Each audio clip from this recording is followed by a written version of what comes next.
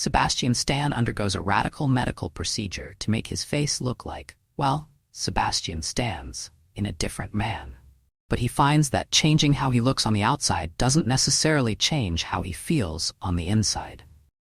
This premise may remind you of Seconds, the 1966 John Frankenheimer thriller starring Rock Hudson in a performance he hoped would establish him as a serious actor. It didn't. Not at the time, at least.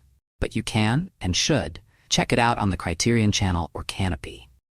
Stan has long had the luxury of taking such risks, of balancing his duties as the Winter Soldier in the Marvel Cinematic Universe with more complicated fare like A Different Man, Fresh, and I, Tonya.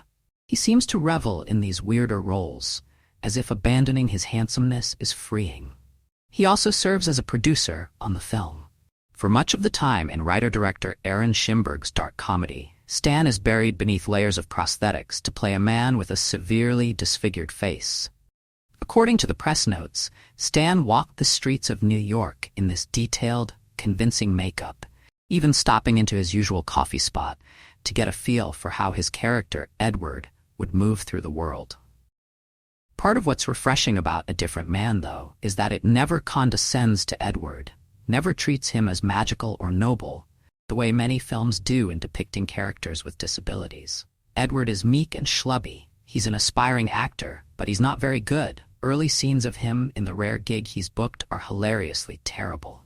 And the desire to undergo this experimental transformation stems entirely from his misguided ambition. The intimate and understated way Schimberg tells Edward's story matches the character's demeanor.